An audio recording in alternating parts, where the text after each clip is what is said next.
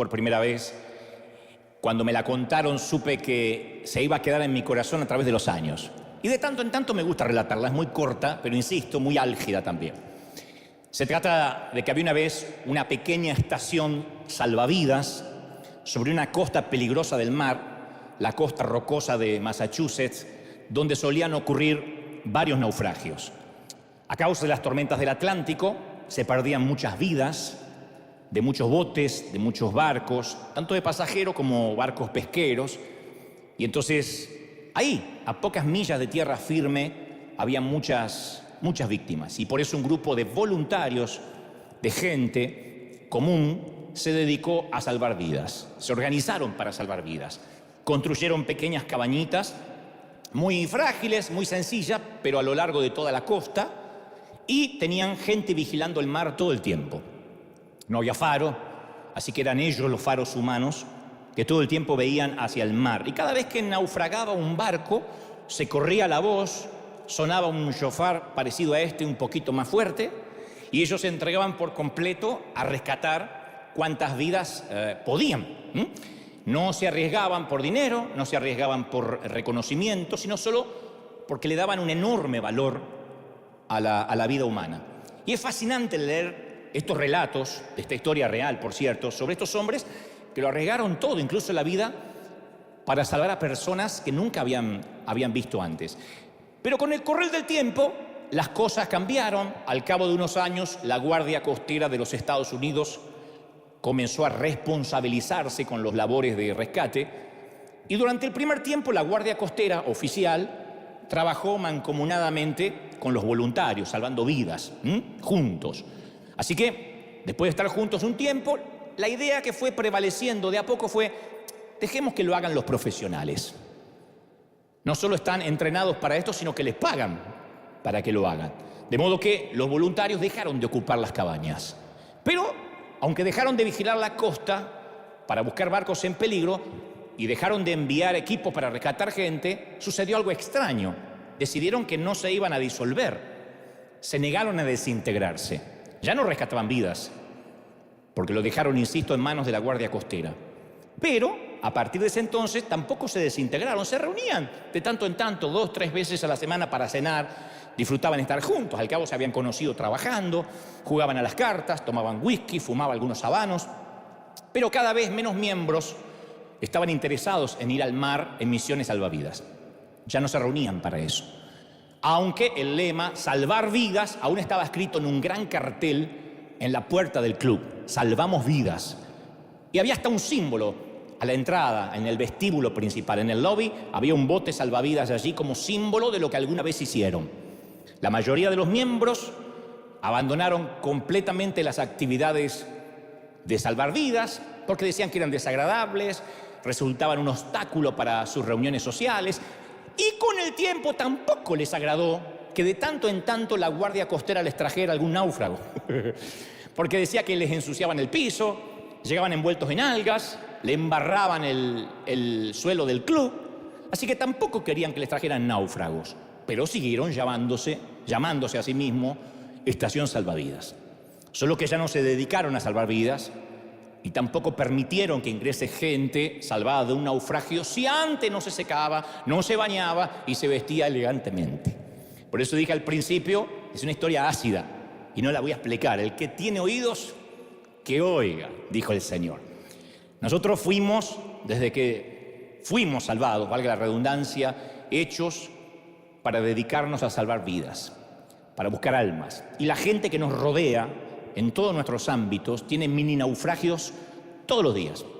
Una amiga a la cual despiden del empleo y no tiene cómo mantener a sus hijos, un hijo en la escuela que sufre bullying o tiene malas notas en el colegio, una esposa que está desalentada con su matrimonio, siente que no la aman, que no la protegen, que no la dignifican, un amigo que se endeudó más de la cuenta, alguien que se enamoró de quien no debía. La mayor parte del tiempo, los salvavidas que podemos ofrecer nosotros son palabras. Es la palabra de Dios.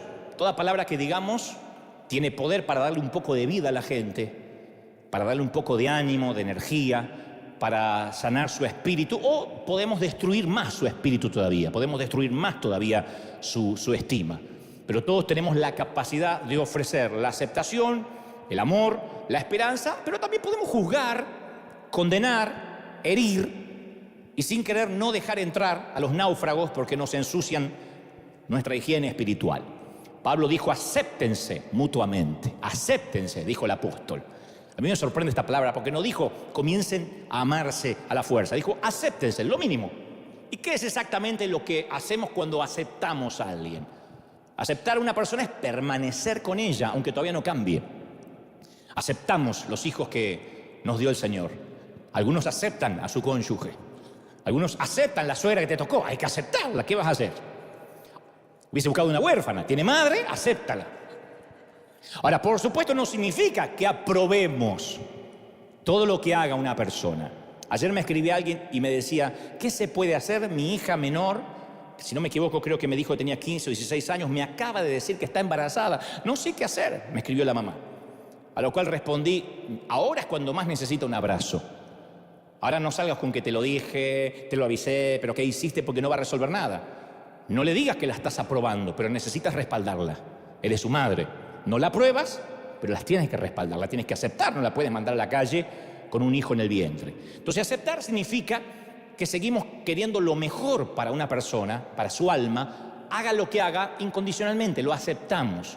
Y yo quiero contarte una historia que tiene que ver con esto, con el aceptar, que a mí siempre me dio muchas dudas, me llenó de preguntas, pero tiene que ver a lo mejor con la historia de los que tienen el nombre que salvan vidas pero ya no lo hacen. Seguro escuchaste acerca de una mujer que estuvo a punto de perder la vida en un naufragio. En esa misma historia hay un grupo de hombres que deberían estar dedicados a salvar vidas, pero ahora tienen un club social, y que también se olvidaron de aquel que continuamente está buscando los naufragios porque no deja de mirar hacia la costa, porque allí está lo que más atesora y lo que más ama, que son las almas. Aquella noche, dice las Escrituras, la dama estaba en la cama con aquel hombre como había estado tantas veces.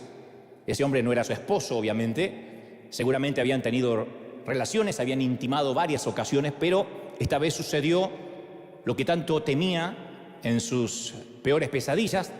De pronto, la Biblia dice en el mismo acto, y los adultos entendemos a qué se refiere, la puerta se abre de golpe y los descubren. Resulta que había hombres afuera esperando, fisgoneando, vigilando, y ahora habían entrado para llevarse a la mujer. Ella gritó, lloró, pidió clemencia, compasión, se vio desnuda, se sintió avergonzada, quería esconderse, pero no tenía dónde ir. Y te aseguro que ella se hubiese suicidado ahí mismo, pero no se lo permitieron. No le dieron el gusto de poder quitarse la vida. La envolvieron en sábanas y se la llevaron. Ella está pensando en su madre, posiblemente si tiene hijos, en sus hijos, pero como al paralítico que lo llevó un grupo de hombres a Jesús, a ella una multitud la está llevando también a Jesús, solo que a ella no la llevan en una camilla como al paralítico, sino que la están llevando envuelta en sábanas, semidesnuda. Y los hombres que la llevaban, a diferencia del paralítico con sus 4 amigos, no eran sus amigos, eran sus enemigos, que la están llevando y no para que sea sanada, sino para matarla, para lapidarla públicamente. Y Jesús se acercaba a la multitud, siempre para enseñarles, y cuando les estaba enseñando en aquellos días, la forma que un rabí indicaba que comenzaba el mensaje era el momento que les decía: ahora empieza la enseñanza formal. Era el momento que él literalmente se sentaba. Y todo el que quería escuchar se mantenía de pie. Todos podían verlo y él se sentaba. Cuando él se sentaba así en el piso, era que empezaba la enseñanza formal. Por eso él podía estar horas hablando. A mí me encanta la idea. Todo de pie y yo sentadito. Y no sé por qué, pero siento aplicar 4 horas. El Señor me... Aquellos hombres, Jesús está sentado ahí en el suelo porque empieza la enseñanza formal, y aquellos hombres estaban dispuestos a humillar a la mujer en público, ¿no? Porque francamente, además de la mujer, es a Jesús que andan buscando. El texto dice que estaban buscando algo en lo cual pudieran acusarlo, a Jesús. Estaban buscando de ponerlo entre la espada y la pared. Así que acusaron a la mujer con la intención de hacerlo quedar mal y reunir evidencias en contra de Jesús. Maestro, dice la palabra que le dijeron. Le dijeron maestro, como si lo estuvieran honrando. Tenemos que aprender que si alguien se acerca a ti con una pregunta trampa, Y si te quiere dejar en evidencia, siempre se va a hacer el espiritual, siempre. Te va a decir, pastor, con todo respeto. Y seguido te tira la carga de veneno, ¿no? Siempre es con todo respeto. Pero me parece que eso es un show, más que una iglesia. Que Dios lo bendiga. O sea, el veneno va en el medio y después como un sándwich, va pastor y después que Dios le bendiga, ¿no? Te come lo del medio, te mata. Ellos dijeron, maestro, esta mujer ha sido sorprendida en el mismo acto del adulterio, en el mismo acto. Porque la ley hablaba con toda claridad sobre lo que se exigía para que alguien fuera sorprendido en el acto mismo. No podían decir, esta mujer me parece que está en adulterio porque le sorprendimos cuando salía de la habitación o cuando se estaban yendo. Tenía que ser en el mismo acto según la ley mosaica, la ley de Moisés. Las evidencias circunstanciales no bastaban. Moisés había dicho que un solo testigo no iba a bastar para condenar a un hombre o alguna mujer por algún crimen o delito. Todo asunto, había dicho Moisés, se resolverá mediante el testimonio de 2 o 3 testigos oculares que tenían que haber visto. Esto significa algo maquiavélico, algo muy sórdido, porque significa que durante algún tiempo 2 o más de aquellos hombres habían estado merodeando la casa de esa mujer. No podían intervenir el WhatsApp.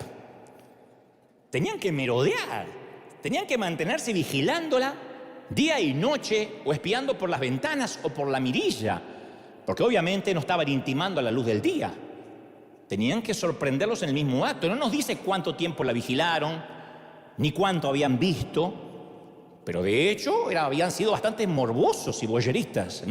Habían visto más de lo que tenían que ver. Y esa premeditación a sangre fría con la que espiaron nos muestra el desprecio que ellos tenían por la mujer y obviamente por el Señor Jesús. Y notemos que el hombre que estaba acostado con la mujer no apareció nunca en la historia. La mujer no estaba sola teniendo intimidad. El tipo no aparece, a pesar de que la ley decía que a él también había que lapidarlo. Pero no aparece en la historia, así que es muy probable que los líderes religiosos habían estado en combinación con el tipo para hacerle la emboscada, para que la seduzca. Y cuando entraron a la habitación le dijeron al tipo, le pagaron, te puedes marchar. Ahora te puedes marchar. Y el tipo se fue. Como quiera que fuese, la llevaron ante Jesús. El tipo no aparece. Le dicen, la atrapamos en el mismo acto. La ley está muy clara, hay que apedrearla. ¿Qué dices tú? Jesús está ahí sentado. Toda la multitud de testigos. Y pensaron, ahora sí lo tenemos. Si le tiene misericordia a la mujer, si le tiene misericordia a la dama, lo acusamos de no cumplir la ley de Moisés y ponerse en contra de la ley. Por consecuencia, no es un rabino. Si dice, apedréenla, como dice Moisés, se mete en problemas con Roma, porque las autoridades romanas les habían prohibido a los judíos ajusticiar a otros judíos si antes no pasaban por un juicio justo. Así que, si decía apedréenla, se ponía la soga al cuello con el imperio, con César. Si dice no la apedreen, también se ponía la soga al cuello con todos los religiosos. Así que estaba la mujer, para que la puedas ver, temblando de culpa, de temor, deseando morirse, pensando que eso es lo que le iba a pasar. Y pensaba, qué espantosa manera de morir. Pero sus acusadores ni siquiera la ven. Ella solo es la carnada, insisto. Ellos van por el pez gordo, van por Jesús. Y todo lo que pueden pensar es, ahora sí lo tenemos. Así que los tipos permanecen ahí de pie, con las manos llenas de piedras, esperando solo que se les dé la orden y la van a ejecutar ahí. Es espantoso ver morir a alguien apedreado, porque empieza a desangrarse, porque las piedras abren tendones, venas, intestinos. Muere en un grito vivo hasta que ya no se mueve más. Y ellos están dispuestos a lapidarla así, a una mujer que no conocen. Pero antes de seguir adelante, antes de que lo juzguemos con demasiada rapidez y decimos, qué animal esta gente, voy a intentar ser un ratito el abogado del diablo. ¿Cómo querés que me quieran los demás pastores con las cosas que digo? Pero bueno. Vamos a tratar de entender a la gente, porque siempre nos enfocamos en la mujer, pobrecita, y que capaz que estaba engañando a alguien o estaba en adulterio porque no sentía amor, qué sé yo, o a Jesús. Pero a mí me gustaría que focalicemos las cámaras en la gente. Es gente común, no los religiosos, la gente. Olvídense de los fariseos, pensemos en la gente común, no los doctores de la ley. Todos los que agarraron una piedra, que no habían nunca asesinado a alguien y con todo gusto están dispuestos a asesinar a esta mujer. ¿Por qué estaban listos para apedrearla? Siempre me pregunté eso. Pero para eso yo te quiero preguntar una pregunta que también me hago a mí mismo. ¿Tuviste alguna vez una piedra en la mano? Voy a avanzar y te vas a dar cuenta que hasta es posible que cargues una ahora mismo. Históricamente, los cristianos hemos dividido a los pecados en dos categorías. En realidad no hay escalas de pecado para Dios. Siempre digo que en la misma lista del homicida, Dios colocó al chismoso. Pero sin embargo nosotros lo dividimos en dos categorías subliminales. Los pecados de la carne y los pecados del espíritu. Los vamos dividiendo siempre. Dios no los dividió, el Señor nunca los dividió, nosotros sí. Los de la carne generalmente tienen que ver con apetitos descontrolados, con el placer, ¿no? Lujuria, codicia, gula, borrachera, envidia. Bueno, no sé si la envidia tiene que ver más con el espíritu, pero con la carne se me ocurre pereza. Y los pecados que más nos escandalizan a nosotros son esos. Uy, aquel parece que tuvo sexo con una fulana. Aquel me parece que tiene pinta de gay. Esta tiene que ser lesbiana, por la cara tiene que ser lesbiana. Me miraba raro en el baño. A nosotros esas cosas nos producen escozor. ¿Alguna la miró raro en el baño? Dígame. A Jesús lo que más lo escandalizaba son los pecados del espíritu. Y ahora sí, envidia, orgullo, arrogancia, justicia propia, espíritu crítico. Eso era lo que a Jesús más lo sacaba de quicio. Los pecados, lo que conocemos como pecados del espíritu, o pecados del alma quizá. Lo que sucede es que esos pecados no suelen ser tan coloridos, tan escandalosos como los pecados de la carne. Y es muy extraño que en una iglesia contemporánea ejerza disciplina sobre uno de estos pecados del espíritu. Muy raro. Si alguna vez escuchas que removieron a un pastor de una iglesia o removieron a un líder y te dicen fue por razones morales, es muy difícil de que se trata de orgullo. ¿Por qué cambiaron al pastor? Porque era celoso. ¿Por qué lo cambiaron? ¿Por qué la denominación lo quitó? No, porque vivía hablando mal de otros pastores y eso es pecado. No, cuando dice razones morales, está hablando de razones morales a las que nosotros decimos son pecados de la carne. Este metió la pata con alguien. Las iglesias contemporáneas no nos solemos escandalizar con la arrogancia, la murmuración, la justicia propia, pero Jesús sí. A Jesús esto, insisto, lo sacaba de eje. El Nuevo Testamento cuenta un asombroso número de relatos en que participa esta tríada de un pecador de la carne, un pecador del espíritu y Jesús. Hay un montón de historias. Tenemos la historia del fariseo y la pecadora que ungió los pies de Jesús. Ahí está el fariseo, la pecadora y Jesús. La de los fariseos y el recaudador de impuestos y Jesús. La del hijo pródigo, su hermano mayor y claro, el papá. Entonces, y por supuesto esta, la de los líderes religiosos y la mujer atrapada en adulterio. En todos los relatos, los culpables de los pecados de la carne sabían que estaban metidos en un lío. Cuando uno comete un pecado de la carne, lo sabe. Puede arrepentirse o no, pero sabe que metió el pecado. No necesita discernimiento para saber que metió la pata. Pero esa gente que cometía pecados de la carne veían a Jesús como alguien al cual podían correr para refugiarse, para arrepentirse. Entonces, en todos los relatos, los culpables del orgullo y la arrogancia no corrían a Jesús porque eran ciegos. Pensaban que era posible amar a Dios y despreciar a la gente. Pensaban que era posible, insisto, amar a Dios y odiar o aborrecer a la gente. En realidad se creían modelos de madurez espiritual. ¿Por qué evitaban los pecados de la carne? Bueno, yo soy fiel, no ando mirando mujeres que no son la mía, pensaban, yo no miro pornografía, así que no tengo esos pecados groseros. Ahora, no tenían ni idea que su pecado anulaba la capacidad para amar, lo cual hace que los pecados del espíritu sean más peligrosos y destructores inclusive que los pecados de la carne. Y los pecados de la carne son malos porque tienen que ver con el placer carnal, el placer de la carne. Pero los peores placeres también son espirituales. El placer de hallar la falta en el otro, el placer de ver inferiores a los demás, el placer de tener poder y maltratar, el placer del odio. Por eso es que el que se cree a lo mejor guardador de una sana doctrina podría estar muchísimo más cerca del infierno que una prostituta. Ahora es cuando nadie dice amén, quedan todos mirando, yo sé. Y yo me pregunto, volviendo a la gente que tiene piedras en la mano, pero ahora me voy a detener un poco en los maestros de la ley. Me pregunto si aquellos maestros de la ley comenzaron cuando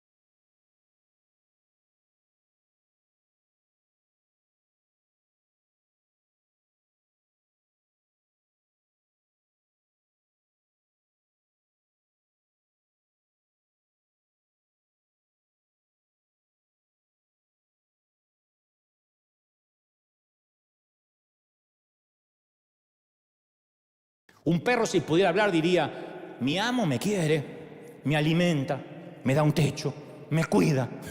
Mi amo tiene que ser un Dios. Y te mueve la cola y te hace fiesta cuando llegas. El gato dice: mi amo me quiere, me alimenta, me da un techo, me cuida. Yo debo ser un Dios. Y en la vida tenemos gente que piensa como el perro y gente que piensa como el gato. Pueden mirar así acostado, a ver qué te tocó. Y la gente que es inteligente en sus relaciones pregunta: ¿quiénes son los que más contribuyen en mi economía emocional? Porque hay ciertas personas cuya compañía nos encanta, cuya mente nos gusta escudriñar, nos desafía. Hay gente así, captan por completo nuestra atención, nos hacen reír con fuerza. Esa gente, cuando uno las encuentra en un recodo de la vida, nos subyuga, nos seduce estar con ella. Cuando conoces a alguien así, te puede decir: che, tengo que ir hasta el basurero, ¿me acompañas? Perdí algo, cuando lo tiré a la basura voy a recorrer y revolver toda la basura. Y no se te ocurre nada en el mundo que preferirías hacer. Vas al basurero con tal de estar con esa persona. Porque te llena de alegría. Vas a volver con un olor espantoso, apestando, pero alegre.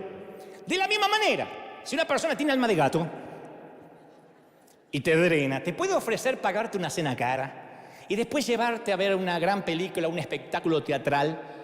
Y tu mejor plan es quedarte en casa para ver cómo se endurece la gelatina. Es decir: no me muevo, no. Tengo que quedarme en casa. Justo hice gelatina y tengo que ver cómo se endurece. No. Entonces, y ser capaz de discernir esa economía emocional, eso es un don. Y nadie dominó ese don como Jesús. Jesús le bastaba caminar entre sus amigos, entre sus discípulos, y tenía la habilidad para hacer preguntas que sacaran los problemas a la superficie. Jesús tenía mucho la frase: ¿qué disputabais entre ustedes? Entraba a una habitación y dice: ¿qué disputabais entre vosotros? Porque estaban discutiendo y él podía percibir la atmósfera. Entonces, a lo mejor nos preguntamos: ¿cuándo va a llegar el día en que la gente que nos rodea va a ser lo suficientemente madura, sana, normal para que no nos amargue el día? Nunca. La gente que conoces nunca va a ser santo ni normal, y tú tampoco lo eres. Todos somos santos hasta que nos conocen.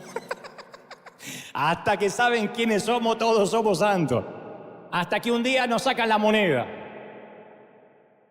Ahora, de igual modo, cuando logramos conocer a alguien, en lugar de pensar que es como nosotros o que es diferente, nosotros por las dudas tomamos una piedra, murmuramos, criticamos, nos desahogamos en familia. No es que critiqué, me desahogué en familia. El escritor de Proverbios expresa, dice: el que mucho habla, mucho yerra, y el que es sabio refrena su lengua. O sea que hay una correlación directa entre el número de palabras que decimos y el número de pecados que cometemos por día. O sea que una de las formas más sencillas de disminuir nuestros pecados es dejar de hablar. Como dijo la apóstola Shakira: ciega, sorda y muda. Se dice que hablamos un promedio de 10.000 palabras diarias. Las mujeres un poquito más.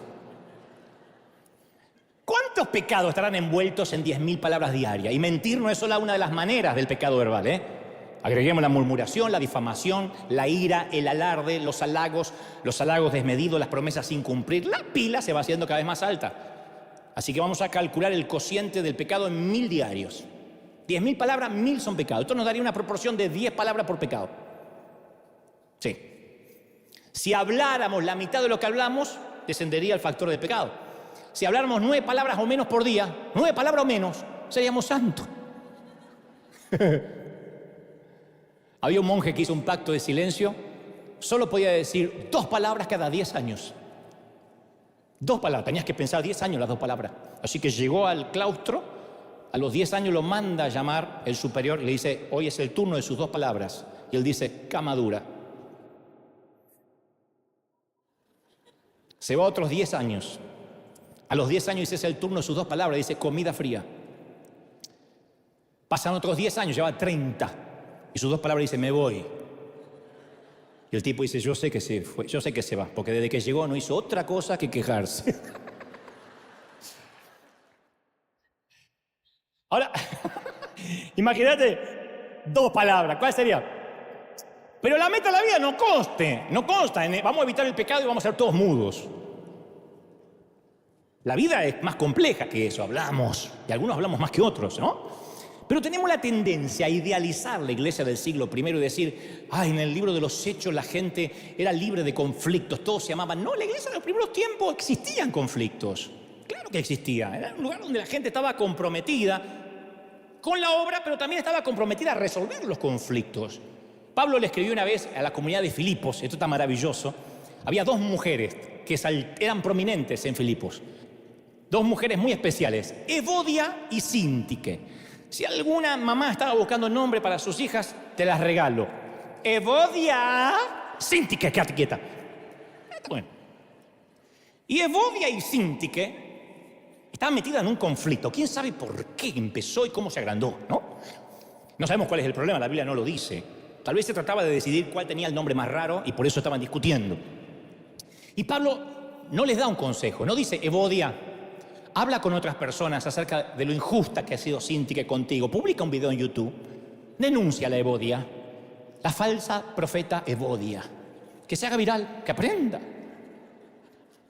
Síntique comenta con detalle los defectos de carácter, las neurosis de Evodia, para que la mujer esta sea más inteligente.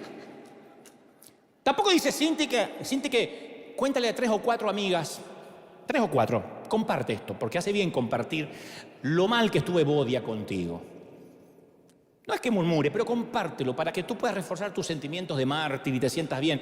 No, en lugar de hacer eso, Pablo les dice ardientemente, les ruego que resuelvan este conflicto de manera directa, que sean de un mismo sentir. No le dice que sean iguales, que sientan lo mismo. No le dicen que sean uniformes, que se unan, que lleguen a la unanimidad. Les ruego. Es asombroso que después las elogia a las mujeres. Dicen, ustedes han luchado, Evodia y Síntique, a mi lado, en la obra del Evangelio. Es uno de los mejores elogios que Pablo podía dar, porque Pablo no era de regalar elogios, Y les dice, sus nombres están escritos en el libro de la vida. Evodia y Síntique, cuando lleguen, búsquenlo, ahí están. O sea, le está diciendo que tengan un conflicto con la gente, no las rebaja para mí. La prueba de la espiritualidad no es la ausencia de conflicto. Yo me llevo mal con la gente y por eso no soy espiritual. No, eso no va a desaparecer hasta que muramos. La prueba es la manera en que manejamos los conflictos. La prueba de la espiritualidad es si agarramos piedras o no agarramos piedras. Los conflictos van a estar siempre porque somos gente y la gente somos complejas. Somos un organismo vivo. ¿Cómo no va a haber problema en una iglesia? Lo que es optativo son los resentimientos y el rencor. Eso es optativo, es opcional. Los problemas surgen cuando hablamos con otra persona del conflicto en lugar de ir directamente a la persona involucrada. Así que en lugar de ir a Síntique, Evodia, imagínate que va otra persona. Ay, ¿sabes lo que me hizo la Sinti? La Sinti, esa chusma, se pisa la lengua. Síntique se entera. Ay, ¿sabes lo que dijo Evodia de mí? ¿Qué dijo la Evo? ¿Qué dijo? Mira, no digas que yo te lo conté. Muere acá. Que esa es la clásica de las mujeres. Muere acá. Pero las mujeres tienen poder de resurrección. ¿O no? Bueno, no todas.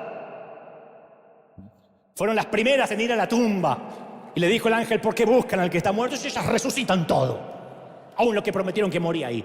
Y en lugar de haber dos personas tratando de resolver un acuerdo sincero, ahora tenemos dos grupos involucrados. Las que siguen a Evodia y las que siguen a Síntique. Entonces uno de los grandes mitos es, pero yo necesito desahogarme. Eso me ayuda a estar menos enojado. Yo sé que hablar de lo que nos hace sentir mejor. Para eso están los amigos, los pastores, los terapeutas y los chusmas. Pero no se reduce la emoción hablándola, sino que se vuelve a agitar, a revivir. Piensa que cuando uno dice, no sabe lo que me hizo, yo ya me olvidé, fue hace 3 años, yo ya lo perdoné. ¿Y cómo fue? Mira, llego y lo encuentro al desgraciado con esa loca. Vuelve otra vez. La excitación emocional. Y te sientes tan enojado como cuando te enfureció, cuando lo descubriste. Más lo cuentas, más fuerza le das a lo que pasó. Más fuerzas. Esto no significa que nunca hay que hablar de nuestro enojo, pero si vamos a involucrar a una tercera persona, que sea porque nos va a ayudar a reconciliar, no a agrandar el fuego. Hay gente que colabora con el arca y otros que ayudan con el diluvio. Por eso, nuestro liderazgo sabe aquí que en la iglesia, en River, las quejas siempre suben, nunca bajan. Acá las quejas no sirven que bajen. Que un líder se queje con un miembro de la iglesia no sirve, no resuelve nada, agranda el chisme. Quien está abajo no va a resolver tus problemas. Tienes que hacer que las quejas suban. Como dijo alguna vez el personaje de Tom Hanks en la película Rescatando al Soldado Ryan. El soldado le dice: coronel, usted nunca se cansa de esta misión. Y él dice: señor, esto es una cadena de mando y va hacia arriba, no hacia abajo. Usted, soldado, se queja conmigo y yo me quejo con mi superior y así sucesivamente. Yo no me quejaría a usted ni delante de usted. Tampoco discutiría con usted algo que está por encima de su paga. El colmo de la ironía es que existen muy pocas organizaciones y familias en el mundo donde haya habido más peleas y más divisiones que en la Iglesia de Cristo. Hay más de 30.000 denominaciones y todas son producto de una división, de una hostilidad, el alejamiento de personas que afirmaban seguir a Jesús. Pero vamos a nuestra historia, para no robarle más tiempo. Vamos a nuestra historia. Ahí estaban los apedreadores, la mujer, más o menos ya entendimos por qué tienen piedras en la mano, porque son parecidos a nosotros. La mujer esperando la muerte, sus jueces con piedras en las manos, Jesús ahí. Los apedreadores insisten: ¿qué dices? Entonces Jesús hace algo curioso. Se inclina y comienza a escribir en la arena. Famoso momento donde Jesús escribe en la arena. Es irónico que es la única vez en los evangelios que muestran a Jesús escribiendo. No lo hizo en papel, no lo hizo en papiro, no dejó ningún escrito propio. Si alguna vez escribió, lo hizo donde las palabras se las lleva el viento de manera literal. Escribir en la arena es lo más efímero que existe.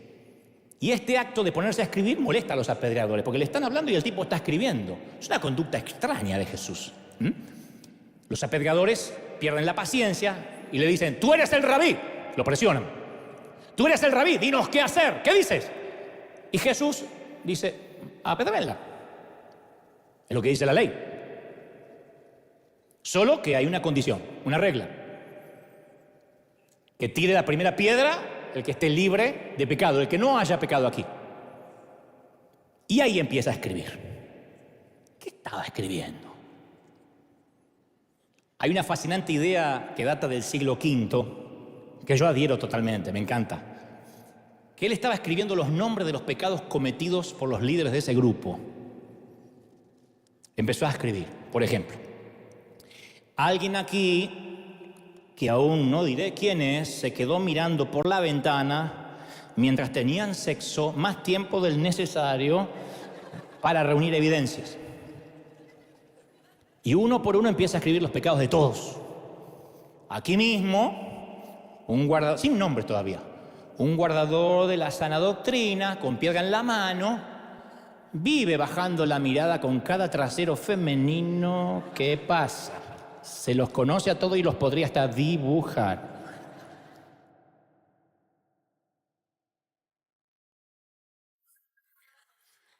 Y allí a mi izquierda tengo otro defensor de la senda antigua, que si la esposa algún día logra descifrar la contraseña de su celular, se le cae toda la fachada. Y ni hablar de esa hermana que está aquí con mantilla en la cabeza,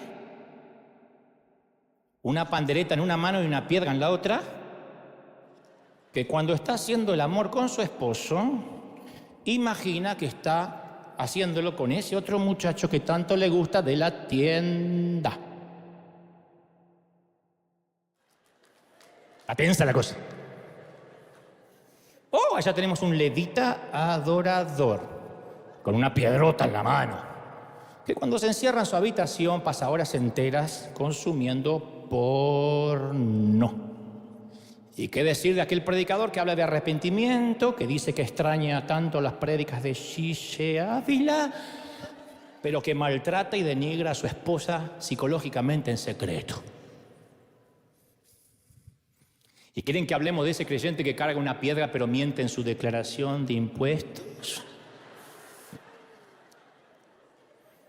Y luego de eso levanta la vista y los miró. Ahora viene la parte de los nombres. ¿Empiezo a escribir nombres? Vamos, tienen la piedra, júzguenla, condénenla. Ustedes deciden, pero asegúrense que no tengan estas oraciones un sujeto. Porque apenas acuses, es cuestión de minutos y aparece ya tu nombre en la arena con lujo de detalles. Lo que pasa es que la condenación se ha enraizado tanto en nosotros, tan profundo en el corazón humano, que no nos podemos imaginar la vida sin condenar a alguien. Imagínate un día sin hablar de nadie. Hoy llegar a tu casa y no mencionar a nadie, ni cómo te atendieron en el café, ni lo sugieren, ni qué dijo el pastor. Nada. Imagínate un día sin condenar a nadie. Yo estoy seguro que Jesús escribía los pecados de ellos. Si no, no tira a la gente la piedra. Estaba decidido a apedrear. Por una frase, por simplemente el que esté libre de pecado arroje la piedra. Si yo he hablado a veces con legalistas y le he dicho, pero tú también estás en pecado. Yo no. Yo tengo la sana doctrina. Y hasta donde la mente me da soy santo. Y me han discutido. Y si tenía una piedra me la reventaba en la cabeza. Así que una frase no las hace cambiar. Pero la Biblia dice que él conocía los corazones y hasta lo que pensaban. Pero escribía en la arena, donde también era fácil borrarlos. Así que también le estaba otorgando gracia. Estaba escribiendo en la arena, no lo estaba escribiendo en un papel para que queden y mostrárselos. Se iba a borrar. Y entonces, alguien leyó lo que escribía Jesús y soltó la piedra. Después, más tarde, un segundo y un tercero. Se dice que empezaron por los más ancianos. Claro, los que más pecado tenían acumulados. Y en la comunidad de Jesús no había lugar para arrojar piedras, porque todos estamos demasiado quebrados y rotos. Y ellos habían querido dividir a los seres humanos en dos categorías, los pecadores como la mujer y los justos como ellos. Jesús reemplaza brillantemente de un golpe estas categorías y ahora hace otras nuevas. Pecadores que admiten ser pecadores y pecadores que fingen no ser pecadores. Pero todos estamos en el mismo barco. Mi pregunta es, ¿trajiste hoy piedras que necesitas soltar? Porque necesitamos darles a conocer a las personas que no tenemos piedras, especialmente aquellas que no nos agradan. El apóstol Pablo se limita a decir, no hay ninguna condenación para los que están unidos en Cristo Jesús. Y después dice, si Dios está de nuestra parte, ¿quién en nuestra contra? Yo no me voy a poner en contra de los que Jesús no condena. Así que yo te voy a preguntar otra vez, ¿trajimos piedras hoy que deberíamos soltar? Tal vez contra nuestros padres, contra un ex, contra un jefe, un compañero de trabajo, contra alguien que nos hirió. Y a veces llevamos tanto tiempo cargando esa piedra que ya no nos hacemos la idea de andar sin ella. Agarramos la bolsa, los lentes, la llave del auto y la piedra. Si sale el tema lo hablamos. Si estuviste esparciendo chismes, tienes que soltar la piedra. Si tienes el corazón endurecido contra alguien, tienes que soltar la piedra.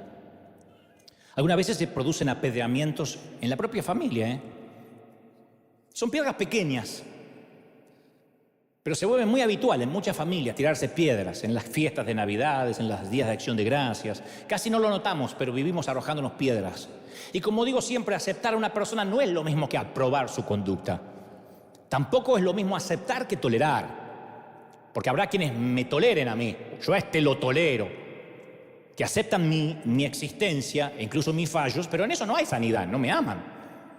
Ayer mismo, Dios no me deja mentir, alguien me escribió en las redes, Dante, yo no te odio, solo te aborrezco en el nombre del Señor. Le digo, me mataste con la frase, ¿cómo no te odio pero te aborrezco? Claro, cuando la gente apenas te tolera, o te odia, o te detesta visceralmente, tienes que entender que no te odian a ti, odian lo que tú representas. Yo entendí que no me odian a mí, odian lo que yo represento. Para algunos yo represento las frustraciones de sus vidas, las cosas que algunas no pudieron lograr, lo que alguna vez soñaron y no pudieron. Entonces, en lugar de ellos darle gloria al Señor, como ellos no fueron bendecidos como tú o como yo, prefieren creer que lo que tienes te lo dio el diablo. A Jesús le decían, lo que haces está bien, no es un truco, es de verdad. Era ciego y ahora ve, pero por Belcebú lo haces. Es más fácil darle la gloria al demonio cuando nunca conociste la gloria de Dios. Si nunca en tu vida Dios te bendijo, es lógico que vas a creer que la bendición de otro le pertenece a Satanás. Y así calman su conciencia, odian lo que tú representas. Porque si representas el favor de Dios, hay mucha gente que queda mal parada porque no tiene tu favor. Y yo me rehusé hace muchos años a ser ofendido. Hagas lo que hagas, yo no te doy permiso para que me ofendas. Para que alguien me ofenda, yo le tengo que dar permiso. Me pueden herir, pero no me pueden ofender. Porque si yo me ofendo, me enojo, tomo una piedra y me convierto en alguien parecido a la persona que me ofende. Y yo no quiero ser esa clase de monstruo. Entonces, no me gusta que la ofensa permanezca en mí, que ni siquiera llegue, que orbite fuera de mi radar. La gente necesita más que tolerancia. En parte esta es la razón por la cual la gente se acercaba a Jesús. Porque los inteligentes no soportan mucho a los tontos. Los jugadores de primera categoría no viajan en el mismo bus que los jugadores de tercera. Pero cuando los pecadores se acercaban con su vida arruinada a la única persona sin pecado que vivió jamás, él no se limitaba a soportarlos, los amaba de verdad. La aceptación es un acto del corazón, no del racionamiento. Aceptar a alguien es escuchar sus historias tristes, sórdidas, sus tenebrosos secretos. La madre que viene a la iglesia y se resiente a veces con sus niños pequeños porque se siente desbordada, porque no tiene un minuto para ir al baño y a veces dice, ay, cómo quisiera no haberlos tenido, ser soltera, y después se siente llena de culpa por eso y un monstruo. Esa mujer necesita un abrazo y decirle que todas tuvieron ese sentimiento alguna vez. El hombre que siente ganas de tener una aventura con una compañera de trabajo que podía ser su hija. ¿A quién se lo va a contar? ¿En la iglesia? No liquida, no estoy diciendo que la tuvo, que está tentado. El pastor que está lleno de dudas secretas acerca de lo que él mismo predica. El jovencito de 15 años que está inundado de sentimientos de atracción hacia otros hombres. Pero esos sentimientos no desaparecen, ora, llora, se lo dice al padre, lo mata. A la madre menos, en la iglesia menos. Y lo vive solo, porque ¿quién lo va a aceptar? ¿Quién va a aceptar su lucha? La aceptación es un acto del corazón.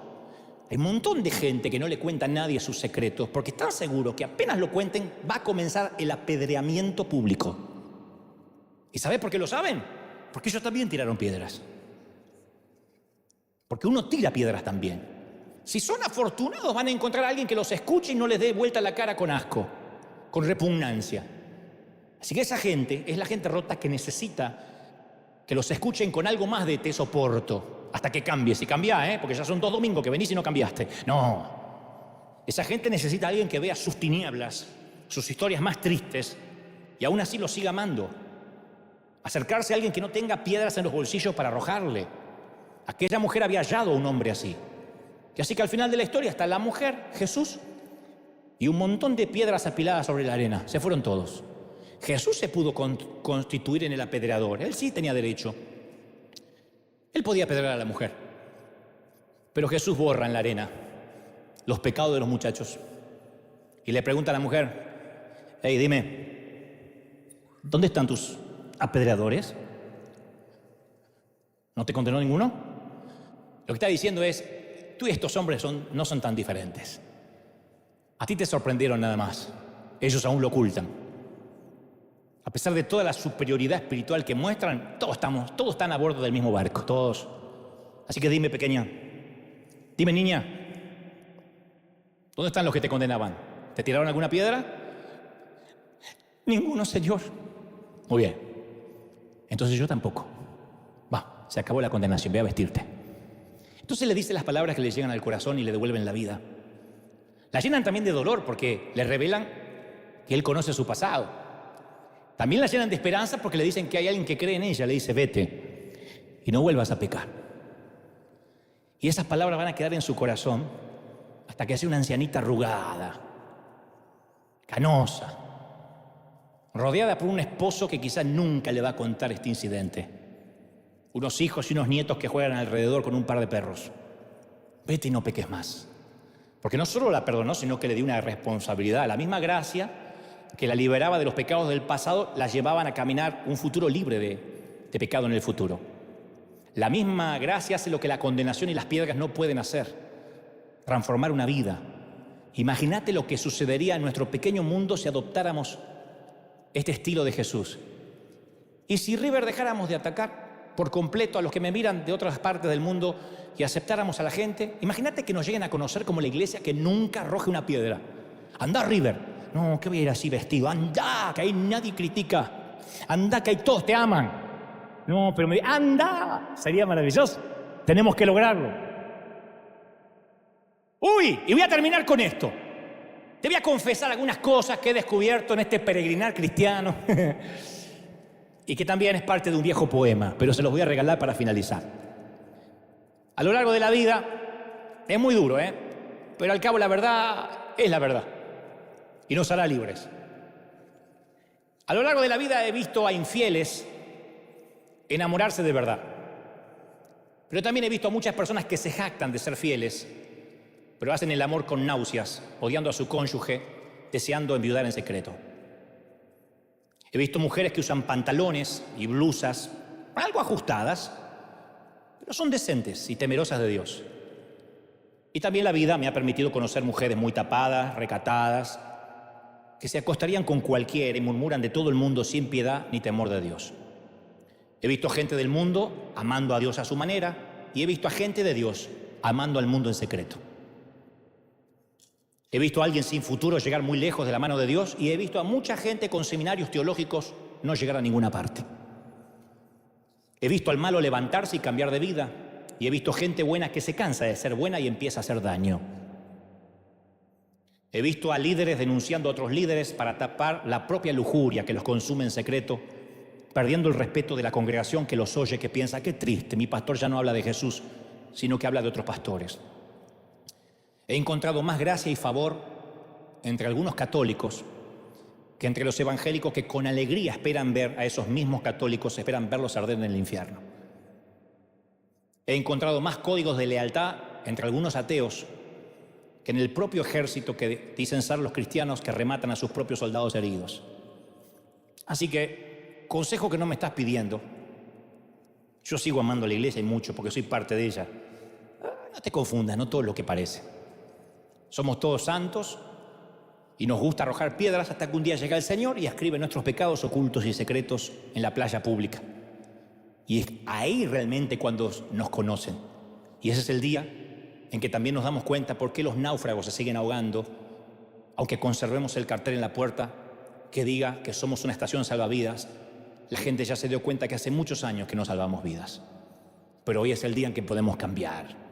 Hoy es el día que Dios nos ama. Nos habla duro, pero esto es bueno porque ¿cómo te ama el Señor? Si no, no te amaría así. ¿Cómo te ama el Señor? Dale un aplauso al Señor de señores y al Rey de reyes. Vamos, vamos, vamos. Si crees que Dios te habló, dale un aplauso al Señor. Vamos, dale un aplauso al Señor fuerte y dile, Señor, ese es mi Dios. Ese es mi Dios que me ama. Estamos todos en el mismo barco, ¿sí o no?